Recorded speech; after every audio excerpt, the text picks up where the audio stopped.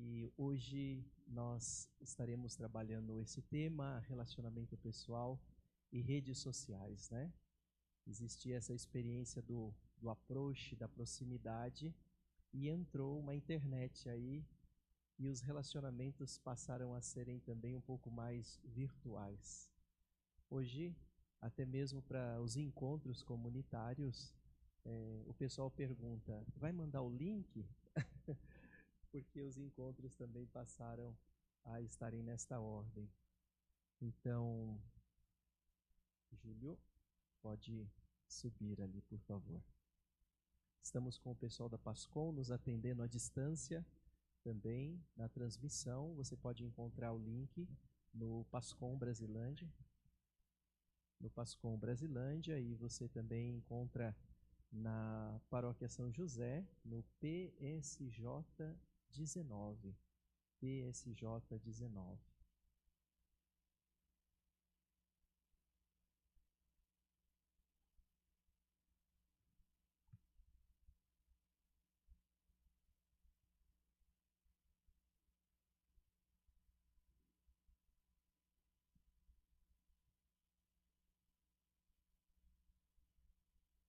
Então, acolho Denilson, acolho Viviane, que vieram também nesta noite partilhar um pouco da sua experiência conosco nessa Semana Nacional da Família, e acolho cada um de vocês que estão aqui presentes, também participando conosco. Vamos fazer uma oração no início desse nosso encontro. Fiquem bem à vontade, vocês também, né? Em nome do Pai, do Filho e do Espírito Santo. Amém.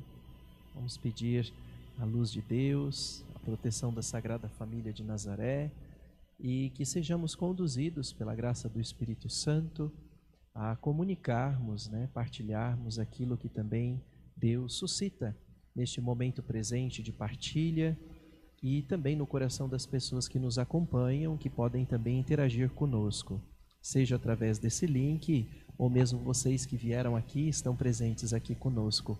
Vamos construir juntos esse momento. Vinde, Espírito Santo, enchei os corações dos vossos fiéis e acendei neles o fogo do vosso amor. Enviai o vosso Espírito, e tudo será criado, e renovareis a face da terra. Oremos. Ó Deus, que instruístes os corações dos vossos fiéis com a luz do Espírito Santo, fazei que apreciemos retamente todas as coisas segundo o mesmo Espírito e gozemos sempre de sua consolação.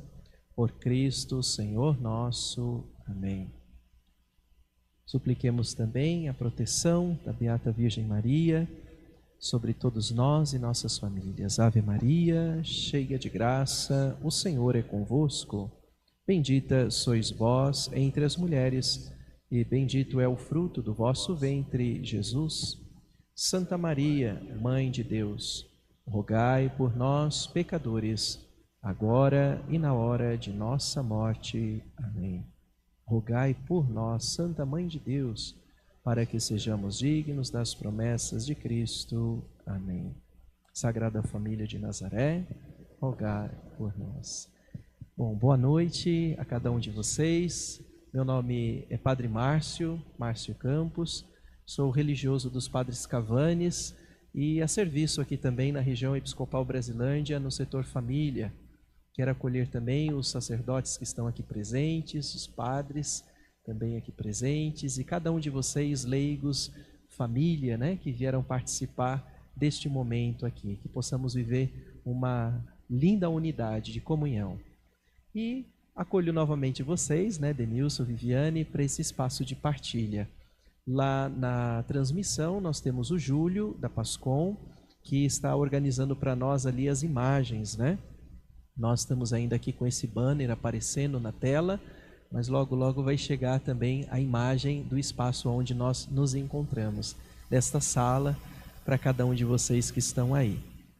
Bom, sejam muito bem-vindos. Eu acho que começamos nos apresentando então, Bom, boa noite a todos.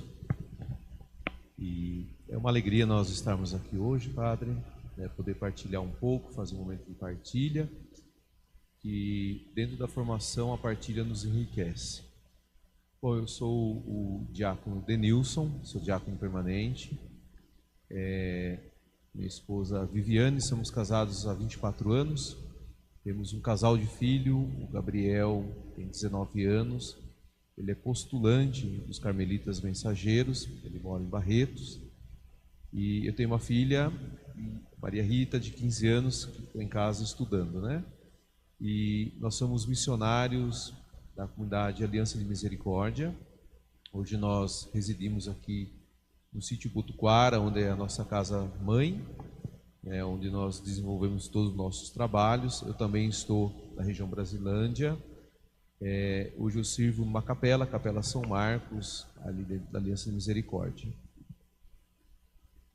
E de formação, eu sou formado em administração de empresas, depois eu fui fazer teologia, fiz filosofia. Ultimamente acabei de concluir uma especialização em família e matrimônio pelo Pontifício Instituto São João Paulo II, onde acabei agora alguns meses de cursar sobre o setor de pastoral familiar, né? Então as coisas estão mais frescas para a gente poder ajudar. E também fiz pela Locus Mariológicos de Roma um curso sobre o matrimônio bíblico, né? E nós atuamos dentro da Aliança Misericórdia também com famílias, né? Trabalhamos também com jovens, mas o nosso foco é sempre estar trabalhando nas formações de casais, de família. Esposinha? Eu tenho 47 anos, né? Como ele falou, nós somos casados há 24 anos. Eu sou formada em Ciências Econômicas, tenho uma especialização na FGV de Gestão de Pessoas. Atualmente estou estudando Psicologia Tomista e faço parte também, além da comunidade, como missionária, do apostolado das mães que rezam para os sacerdotes. O grupo AMAS, junto com o padre Fábio Vanderlei, do Instituto do Verbo Encarnado. E é uma alegria estar aqui com vocês, poder partilhar um pouquinho daquilo que Deus primeiramente fez e faz na nossa família, né? Ele que primeiro nos chamou e constituiu, né? E podemos partilhar um pouquinho desse tema tão rico hoje, tão atual, que é o relacionamento pessoal dentro do matrimônio e as redes sociais, né? E quando nós falamos um pouco de relacionamento pessoal, eu acho que o tema é muito propício para a Semana da Família, né? Porque relacionamento pessoal não é relacionamento individual, mas é entre os membros da família. E é uma abordagem que nós vamos encontrar em 3 ciências que estudam isso, né? Claro, a principal nós vamos encontrar na teologia, que é o próprio Deus, relação. Nós vamos olhar um pouco no campo filosófico e depois um pouco no campo social, para fechar o nosso pensamento, de nossa partilha. Então, e depois também se situar hoje, que é uma nova realidade, os relacionamentos pessoais, né, Padre? O relacionamento virtual, que também faz parte, principalmente depois o período pandêmico que nós vivemos e pós-pandemia, é uma realidade hoje que nós nos encontramos, né? Nós estamos aqui num espaço físico, dialogando, e hoje nós nos encontramos também no espaço virtual. Então, essa nossa formação, esse nosso bate-papo está sendo possível, acredito que até pessoas de outros estados, né, o link vai sendo compartilhado, então peço que você compartilhe também nas suas redes sociais. Quando nós vemos uma multidão começa a assistir e dá a possibilidade de um outro momento nós temos acesso também ao conteúdo. E aquilo que hoje, né, nós compartilhamos na rede, fica na rede, né? Então, não só os que estão neste momento participando conosco, mas aqueles que virão, né, a tomar conhecimento também dessa reflexão, desse espaço de partilha. Então, acolhemos novamente cada um de vocês, esses que também nos acompanham pelas redes, pelas mídias da PASCOM, da nossa região episcopal Brasilândia, e também as mídias aqui desse espaço, né, do Paróquia São José. Muito bem. Eu queria iniciar olhando o primeiro slide que nós temos da apresentação, que ilustra uma mulher em frente a um espelho e ela está com sua mão tocando esse espelho, né? O relacionamento pessoal que nós temos como compreensão é o relacionamento com o outro. Quando nós fechamos em si mesmo, né, até a imagem um pouco narcisista, né? Ela está olhando no espelho, ela vê a sua face, mas não é ela, é a imagem dela. Então só tem uma pessoa ali. E esse toque na tela, né, do espelho demonstra também que muitas vezes nós temos uma imagem real que somos nós e temos algo que reflete. Nem sempre aquilo que é refletido no espelho, ele é a imagem real. Então os relacionamentos são construídos através da nossa personalidade, através daquilo que nós temos como ser e entendemos como ser.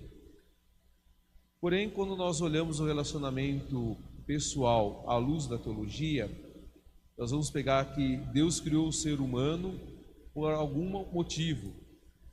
E Ele nos chama à vida, nos dá essa possibilidade por um motivo, se não ser por amor. Esse amor que Deus nos chama, o ser humano, esse amor que Ele derrama sobre nós, é fruto de um relacionamento. Nós vamos ver o relacionamento trinitário. Essa relação, Deus não se faz, mas Deus é família. O Pai ama o Filho ama o Pai, e essa relação de amor se derrama no Espírito Santo. Então vejamos que na criação, aquilo que é uma vocação fundante e inata de todo ser humano é o amor. Então, pois o homem foi criado à imagem e semelhança, se vai dizer, se nós somos imagem e semelhança de Deus, então nós somos relação de amor. Então o homem, ele é um ser relacional. Nós não somos um ser que vive isolado.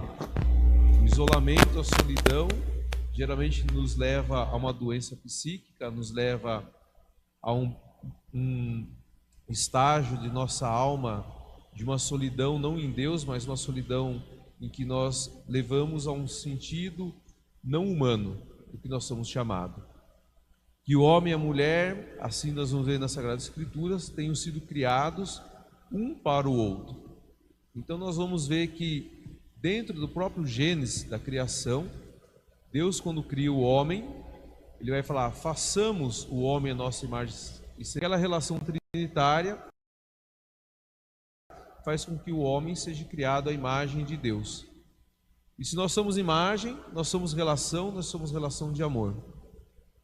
Porém, após Deus criar o homem, Deus também vê que o homem está só, vive na solidão, e aí ele olha para aquele homem e fala: seria bom que nós criássemos uma companheira, uma auxiliar. E aí Deus, em Gênesis 2, versículo 18, vai falar: não é bom que o homem esteja só. É bom que ele tenha um relacionamento pessoal com algum semelhante. E aí nós vamos ver que essa relação, essa íntima comunidade de vida e amor conjugal, fundada pelo Criador e dotada de leis próprias. Então nós vamos ver que existem leis naturais no relacionamento humano, que perspassa também no relacionamento pessoal da vida matrimonial. Existe uma ordem que Deus cria, existe uma ordem no relacionamento homem-mulher, com sua prole, com a sociedade. E essa íntima comunidade de vida e de amor conjugal é fundada pelo Criador e dotada de leis próprias. É instituída também pelo contrato matrimonial, ou seja, é irrevogável consentimento pessoal, por meio do ato humano, com o qual os cônjuges mutuamente se dão e se recebem.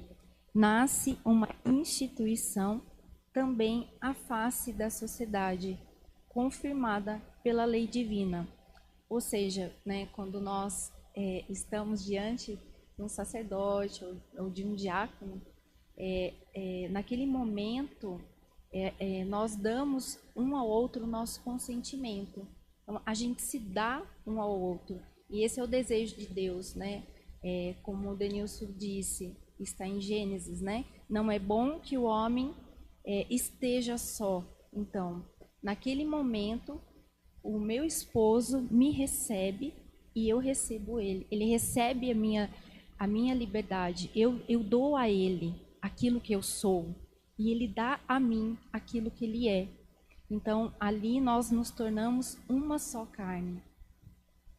E é interessante porque no relacionamento pessoal existe esse consentimento, né? Dentro da vida familiar, quando nasce a primeira célula da sociedade, que é a família, ela nasce a partir de um consentimento. Então eu vou consentir a minha esposa e ela a mim. E quem confirma depois, né? Quando nós pegamos o rito matrimonial, acho que todos aqui lembram no dia do casamento, o momento do diálogo, né? Depois do momento do diálogo, a gente tem o consentimento. Após isso, nós vamos ver que quem confirma é o próprio Deus perante a igreja. Então veja que esse relacionamento que nasce de um amor, de uma relação recíproca, é confirmada por Deus. Não é um relacionamento que nós parte de um desejo apenas, ou de uma questão, de um apetite, pode ser um apetite sexual, ou um desejo que não seja um desejo econômico, mas não, é muito mais profundo o relacionamento pessoal dentro da vida matrimonial. Inclusive eu trouxe aqui o rito matrimonial para não utilizar as minhas palavras, mas aquilo que a igreja nos ensina. Na aceitação do consentimento, vai dizer assim: Deus confirme esse compromisso que manifestastes perante a igreja, e derrame sobre vós a sua bênção. Ninguém separe o que Deus uniu. Então veja que nesse caminho desse relacionamento pessoal que nós encontramos dentro do leito matrimonial, quando nós nos unimos, é Deus que confirma e Ele que abençoa, e depois diz: aquilo que Deus uniu, ninguém mais o separe. E é interessante porque na ordem, o matrimônio existe uma ordem ao bem, ou seja, aquilo que Deus sonhou na sua essência, que é dos esposos, o relacionamento pessoal entre os esposos, que vai refletir no relacionamento da prole, ou seja, dos filhos, e isso não para nessa pequena sociedade, nessa pequena comunidade, vai também ser influenciada na sociedade em que nós estamos. Então veja, existe uma ordem que é natural, o bem dos esposos, o bem da prole e o bem da sociedade. Aí existe um termo muito usado muitas vezes na pastoral familiar, nossos convívios: se a sociedade está doente, é fruto de uma família doente. E aí eu vou um pouquinho mais: os filhos doentes são reflexo de uns pais doentes. Então veja, a sociedade como está hoje? Uma sociedade que vive em paz, uma sociedade que prospera, uma sociedade que está vivendo a sua liberdade na plenitude, que vive o amor? Se nós olharmos e nossa resposta for sim, então demonstra que a família, esse núcleo, que é o núcleo principal de uma sociedade, de uma nação, ela está bem. Mas quando nós olhamos e vimos que isso não anda tão bem, nós vamos ver que a família não anda bem. O que isso significa, essa unidade indefectível das duas vidas? É sublinhado pelo próprio Senhor quando lembra na origem o desígnio do Criador.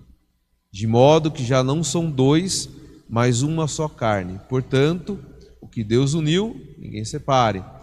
Veja que o relacionamento pessoal dentro da relação, a vida matrimonial, é estar um dentro do outro, ou seja, uma só carne.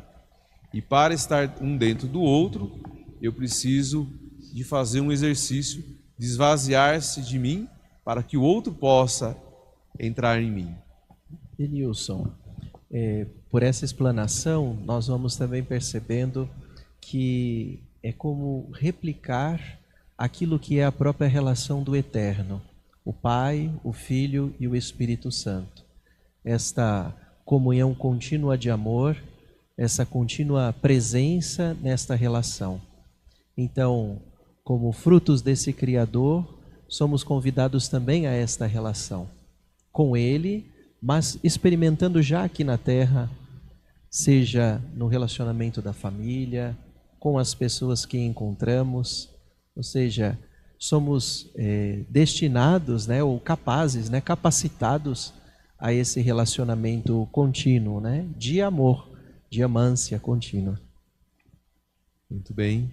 E não basta somente isso, né? Como o padre falou, nós somos capazes. Nós somos capazes de amar, somos capazes de nos relacionar.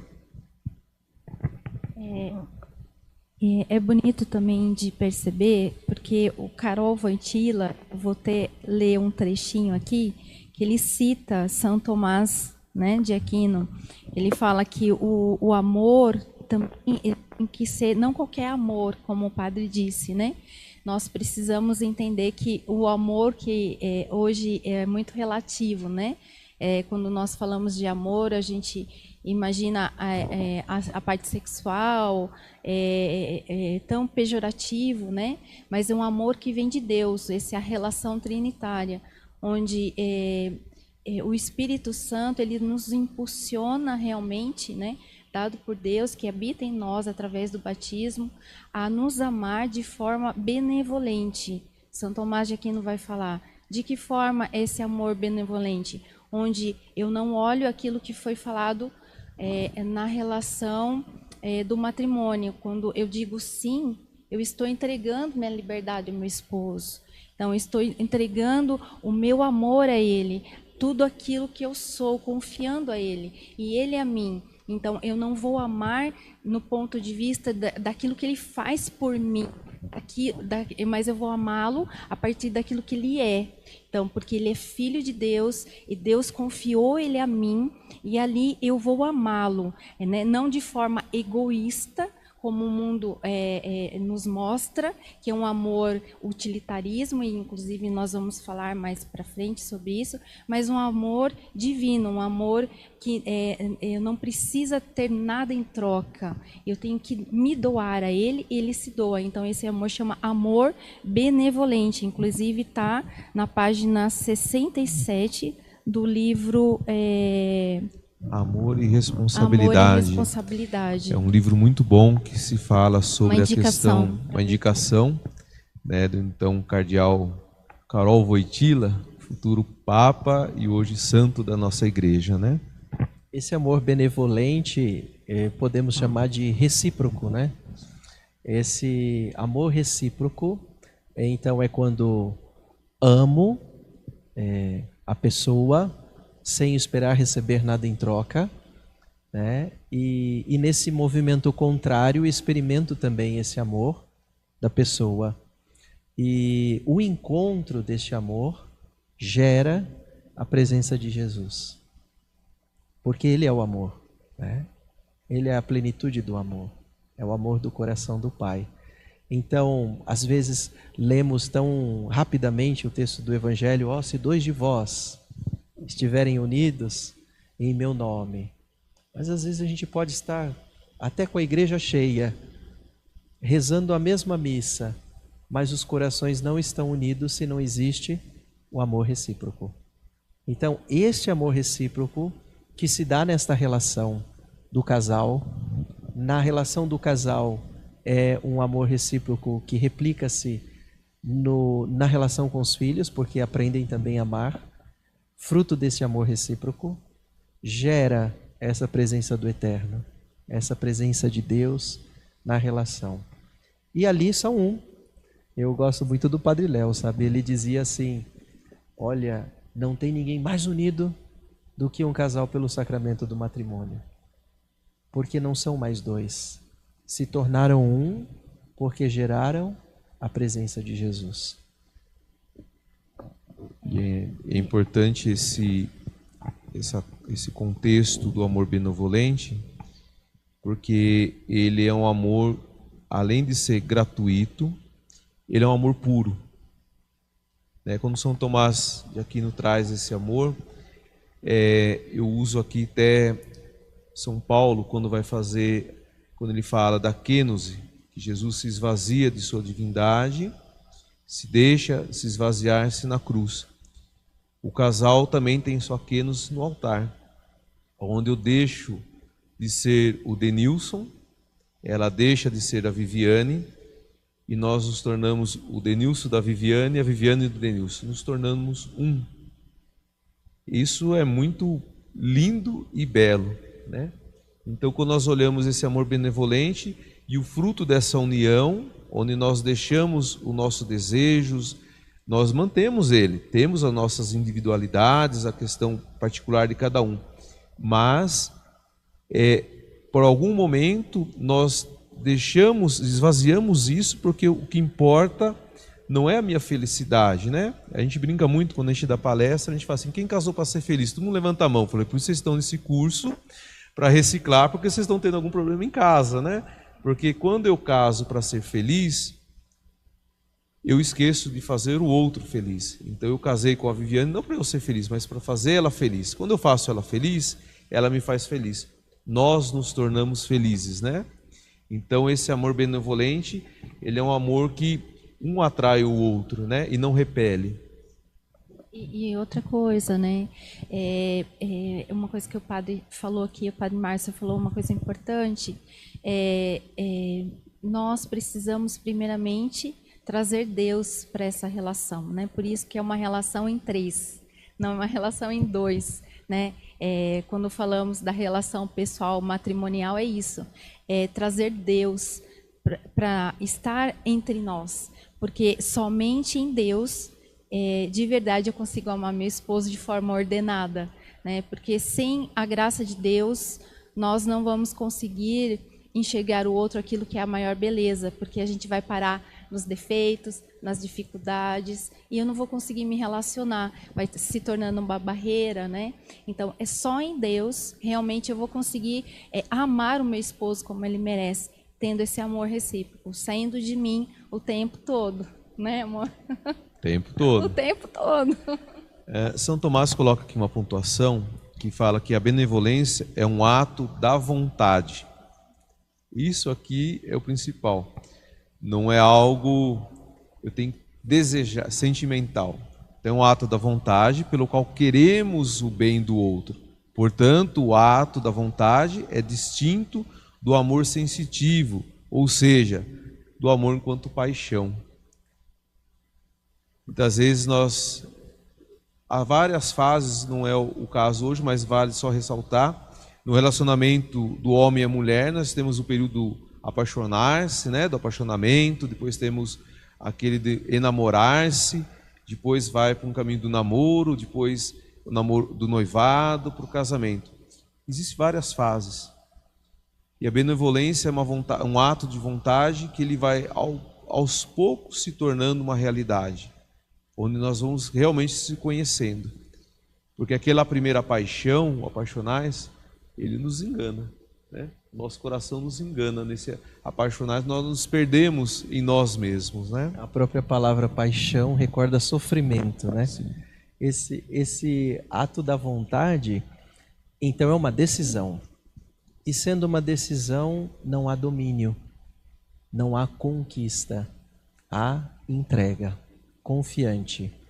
E nesta experiência profunda de entrega, ali que está, eu diria assim, um momento mais sensível dessa relação, porque é um momento onde ocorre a maior vulnerabilidade.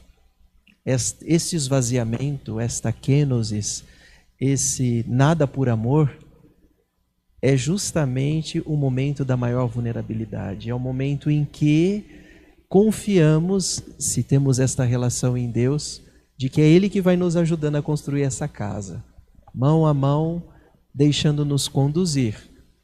Porque o contrário disso pode ser domínio, pode ser violência, pode ser opressão. Então, é necessário também maturidade, né? Consciência de uma maturidade muito grande, porque entregar-se, confiar-se sem medida é um momento de vulnerabilidade muito grande para qualquer pessoa. E quando o senhor fala isso, eu me lembrei agora de uma pregação que a gente dá, né? A gente fala justamente sobre isso. O casamento judeu, se você pegar, ele só tem uma tenda, a parte de cima. Então eles se casam em cima de uma tenda. Não tem a lateral, para justamente simbolizar que é o casal, um com o outro, junto com Deus, que vai construindo essa relação, né? Justamente é isso, é uma construção, né? Que nem nós temos 24 anos de casado. Aqui deve ter gente muito mais, que eu estou vendo, cabecinha branca aí, né? Quanta coisa que a gente vai passando na vida. E aí a gente vai construindo essa relação. É um caminho, né? Que a gente fala assim, né? A gente vai pegando até o jeito um do outro, não é assim? Dentro da relação. Quando você vê, fala, tô com uma mania aqui que não é minha. Então, essa intimidade que vai entrando um dentro do outro mesmo, né? Mesmo na diversidade. Quantas coisas, né, amor, que a gente já passou na vida. Eu mesmo queria muito ser mãe, não consegui engravidar. Aí engravidei do Gabriel, tive um descolamento de placenta, foi nosso primeiro calvário dentro do nosso casamento. E lá a gente ficou 6 meses de abstinência sexual para poder segurar o meu filho. E naquele momento eu tive que ter muita compreensão do meu esposo, eu tive que abdicar de ser cuidada, né? Então, eu não podia mais limpar minha casa, não podia fazer mais minhas coisas. Meu marido trabalhando, se desdobrando no trabalho, em casa comigo. E aí, o que segurava aquela relação? Não era relação sexual.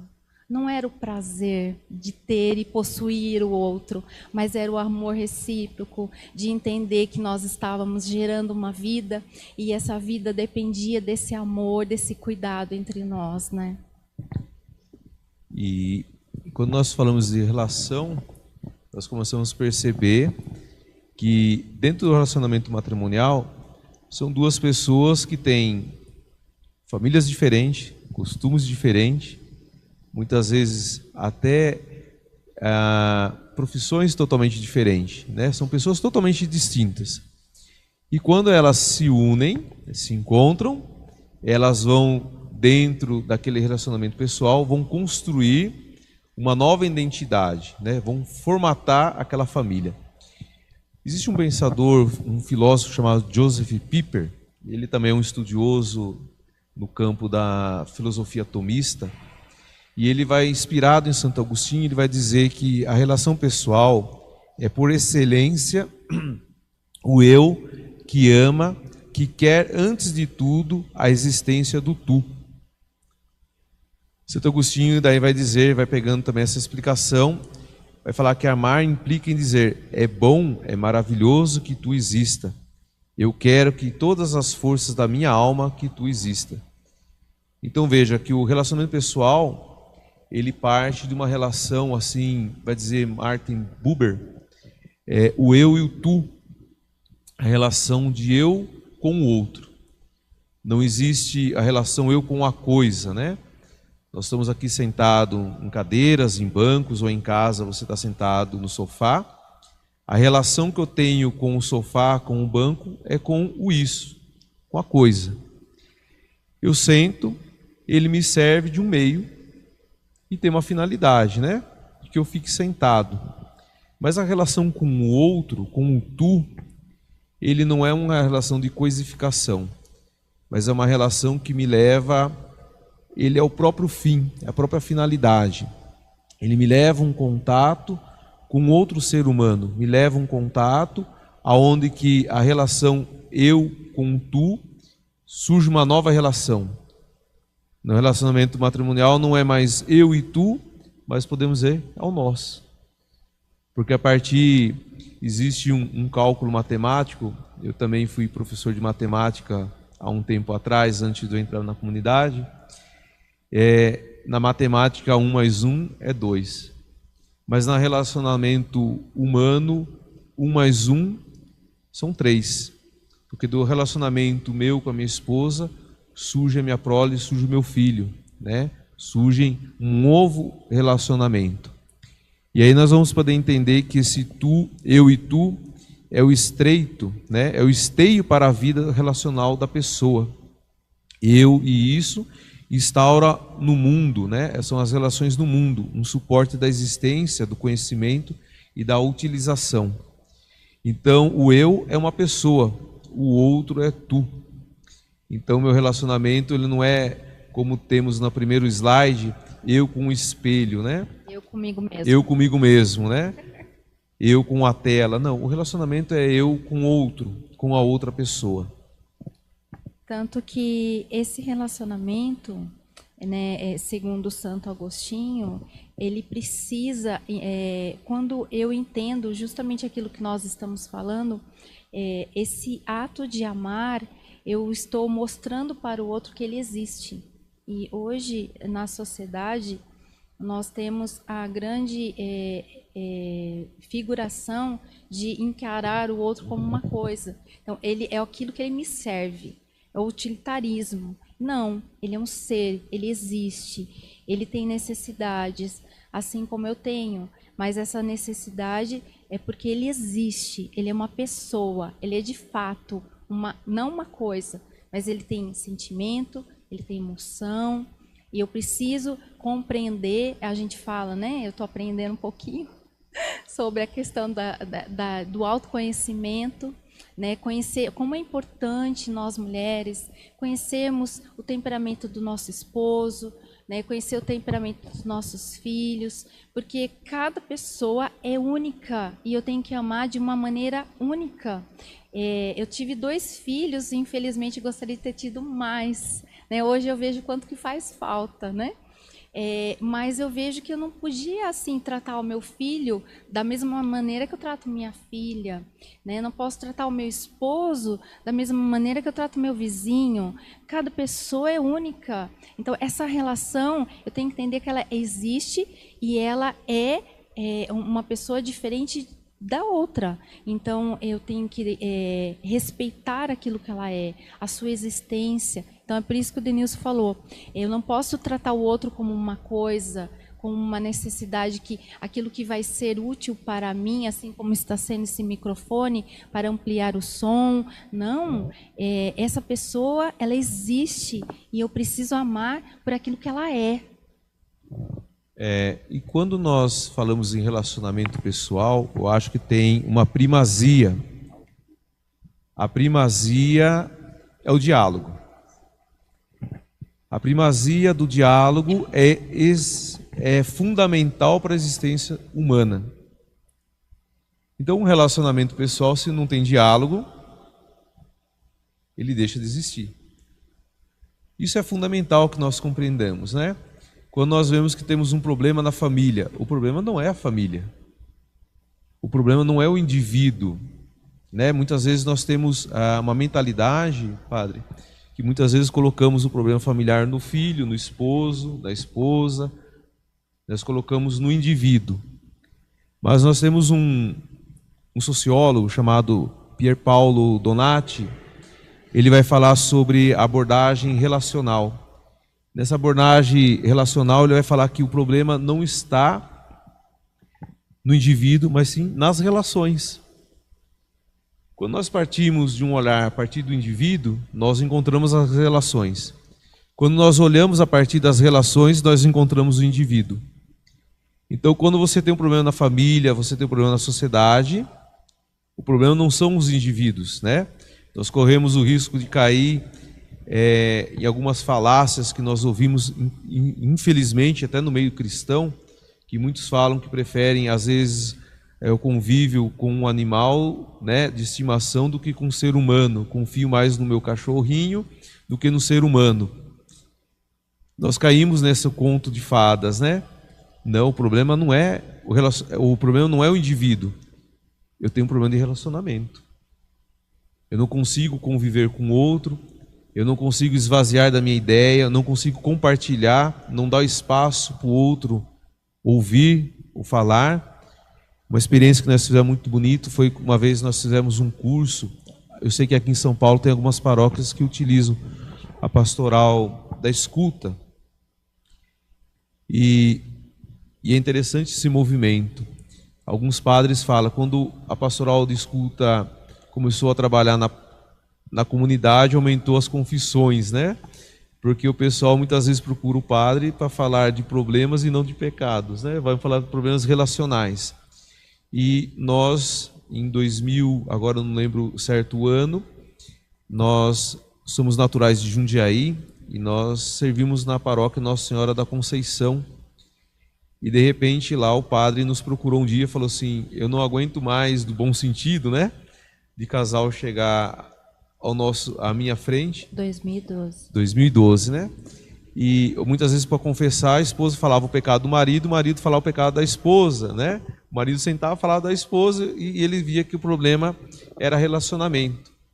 E aí nós criamos um grupo chamado Grupo Apoio às Famílias e nós começamos a trabalhar junto com a pastoral de escuta e começamos a entender que o problema era a relação.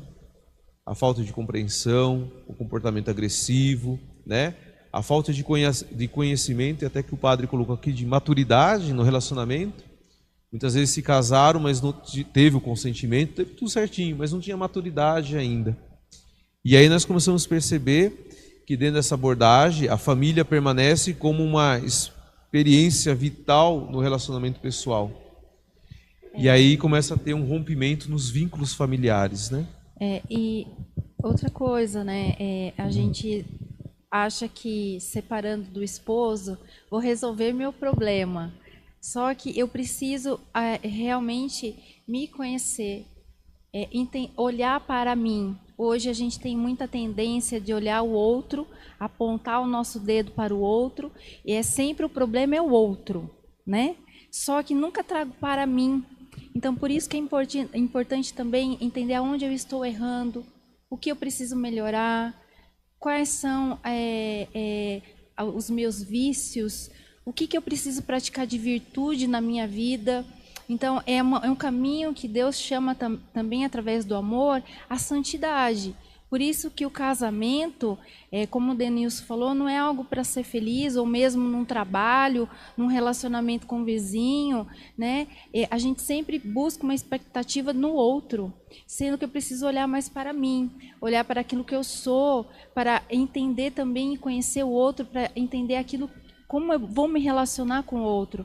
Então, entender que essa relação, ela é importante e eu preciso me conhecer de fato, entender como eu tenho que me relacionar com o outro e conhecer essa pessoa de fato, porque isso nos ajuda a enxergar, a ver tantas coisas e a sair de si. E aí a gente tira aquele olhar, aquele foco negativo, né? E a gente sempre, aquilo que eu falei, a gente sempre traz para o outro. E achando que o casamento, me separando, né, amor, isso vai resolver. E não vai, porque quem aqui conhece? Eu, pelo menos, conheço várias pessoas que já passaram por 3, 4 relacionamentos. Ai, aquele não... Mas não é o outro, sou eu.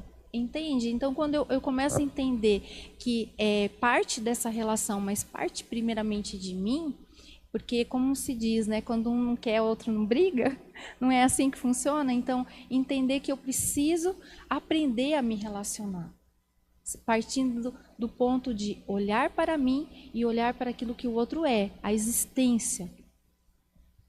E quando eu começo a entender esse caminho desse relacionamento pessoal, nós vamos entender que quando nós temos a dificuldade do convívio familiar, né, desse relacionamento familiar, nós começamos a replicar isso também na sociedade.